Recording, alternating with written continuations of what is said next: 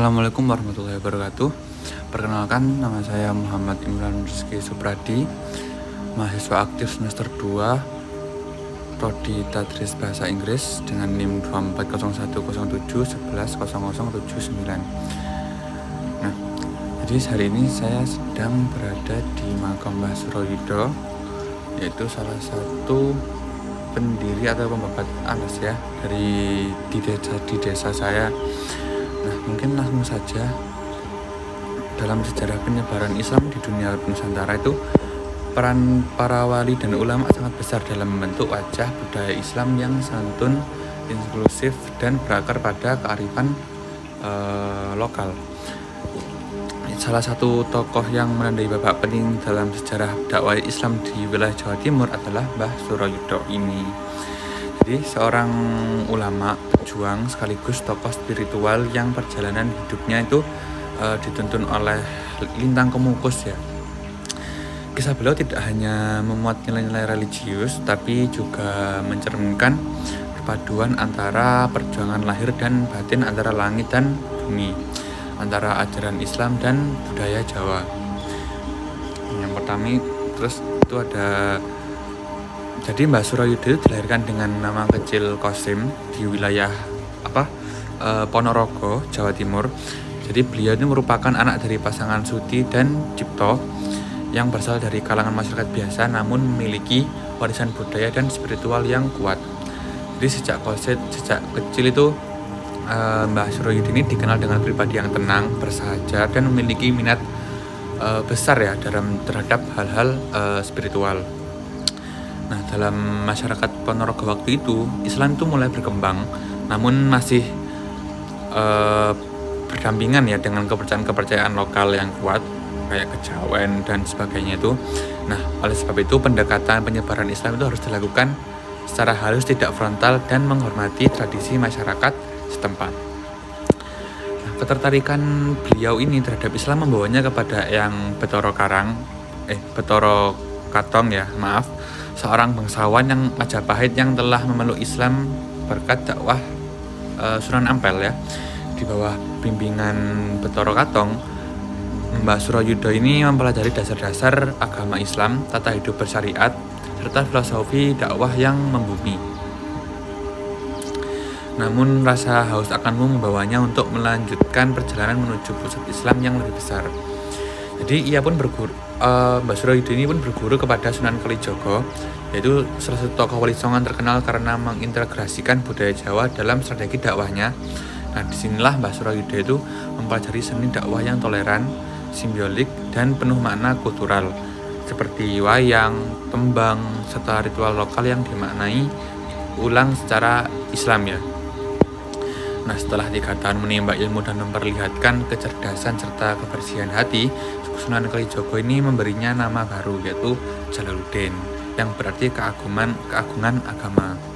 Nah, nama ini itu bukan sekedar nama ya, tapi kayak simbol gitu loh, simbol transformasi spiritual dari kesiapan untuk memikul tanggung jawab dakwah, seperti itu.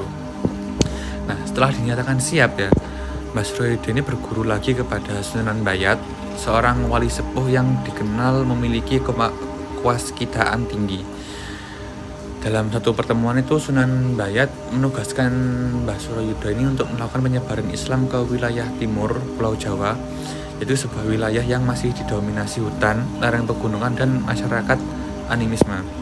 Nah, namun tugas ini tuh tidak dilakukan tanpa arahan. Nah, Sunan Bayat memberi satu pesan penting, yaitu kayak tempat yang harus ditempati itu akan ditandai dengan lintang kemukus gitu loh. Dakwahnya seperti itu. Dan kalau kamu lihat lintang kemukus itu, maka berhentilah dan bukalah tanah itu. Jadi kayak dipesani seperti itu oleh Mbah Bayat tadi.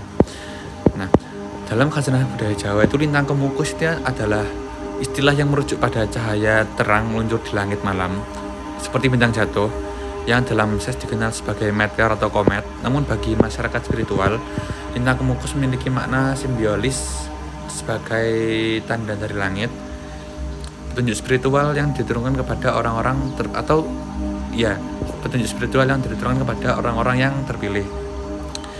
Nah, Lintang Kemukus ini dianggap sebagai pertanda misi suci, terus penanda tempat atau waktu penting, simbol perubahan zaman atau awal peradaban baru seperti itu.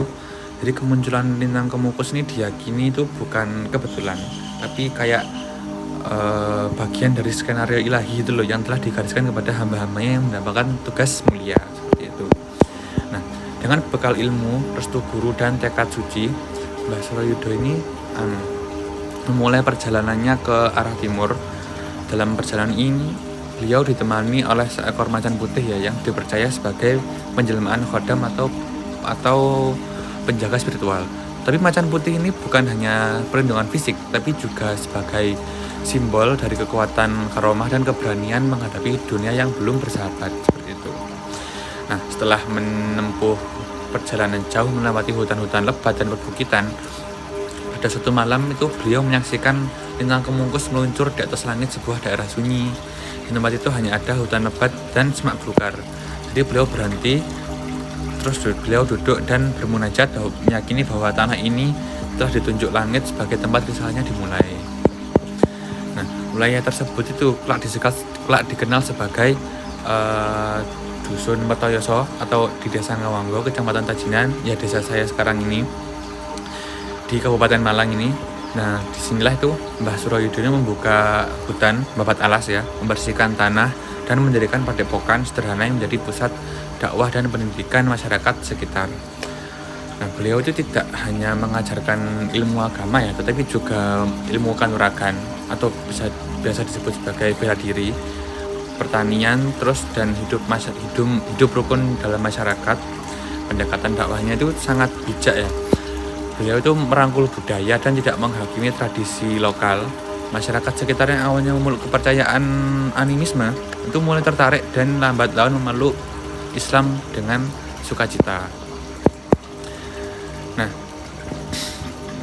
pada tahun 1487 Masehi ini atau sekitar 892 Hijriah ya, Kerajaan Demak mendapati ancaman dari infiltrasi Portugis.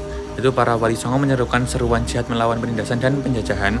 Mbah Jalaluddin ini menjawab panggilan itu dengan mengirim dan memimpin 400 pasukan relawan dari Ngawanggo dan sekitarnya menuju medan pertempuran. Dengan keberanian, strategi dan semangat beliau dalam membela kebenaran menjadikannya tokoh penting dalam perjuangan itu. Atas jajaran keberaniannya, beliau diberi gelar Suroyudo, yaitu gabungan dari kata Suro yaitu berani dan Yudo artinya perang, yang bermakna sang pemberani di medan perang. Nah, Mbah Suroyudo ini wafat pada hari Senin ya, 14 Maulud 1503 Masehi atau 908 Hijriah. Itu termasuk usia yang sangat lanjut ya.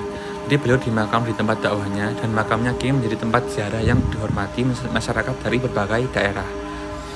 Jadi bukan hanya sebagai tempat berdoa, tetapi sebagai simbol sejarah Islam Nusantara, warisan budaya dan teladan spiritual yang abadi seperti itu. Terus ada warisan-warisan yang ditinggalkan Mbah Suroyudo tidak hanya bersifat fisik, ya, tapi lebih dari itu ya. Beliau itu mewariskan model dakwah yang lembut dan berbasis budaya lokal, terus keberanian melawan keadilan dan penjajahan, terus ada keteladanan hidup yang sederhana namun bermakna seperti itu. Nah, dan hingga hari ini Lintang Kemukus ini tetap dikenang sebagai tanda langit yang menuntun langkah seseorang hamba menuju jejak suci sejarah seperti itu. Jadi seperti itu asal-usul Mbah Suroyudo sampai di desa saya itu seperti ini. Jadi mungkin itu saja ya dari saya. BTW saya kesininya pagi nih, makanya di sini sepi. Mungkin itu saja ya dari saya. Apabila ada salah kata, saya mohon maaf. Terima kasih telah menonton. Saya pamit. Wassalamualaikum warahmatullahi wabarakatuh.